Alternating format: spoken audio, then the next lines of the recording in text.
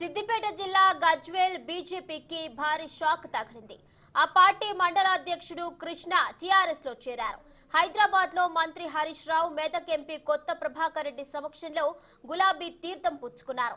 దుబ్బాక కేవలం టీఆర్ఎస్ పార్టీతోనే అభివృద్ధి చెందుతుందని నమ్మకంతో ఆ పార్టీలో చేరినట్లు కృష్ణ తెలిపారు.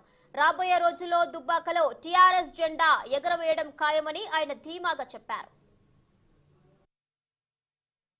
ఈరోజు దుబ్బాక మండల పార్టీ అధ్యక్షుడిగా మరియు భారతీయ జనతా పార్టీకి రాజీనామా చేస్తూ మన తెలంగాణ సాధించుకొని కేసీఆర్ ప్రవేశపెట్టిన పథకాలకు ఆకర్షితున్నాయి ఈరోజు టీఆర్ఎస్ పార్టీలో చేరడం జరిగింది.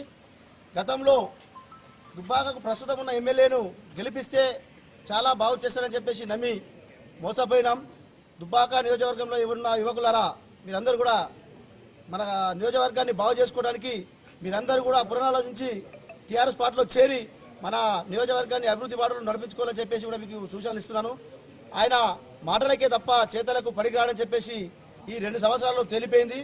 మీరు ఈ 2 సంవత్సరాల్లో చేసిన అభివృద్ధి ఏందో ఒక్కసారి బహిరంగ చర్చకు వస్తారని చెప్పేసి ఈ సందర్భంగా నేను ప్రశ్నిస్తూ ఉన్నాను. మీరు మాటలు మానుకొని చేతలు చూపించండి. ఎదుటి వ్యక్తులను తిట్టడము, వాళ్ళను విమర్శించడమే తప్ప మీకు ఇంకోటి ఉండదు. కార్యకర్తలను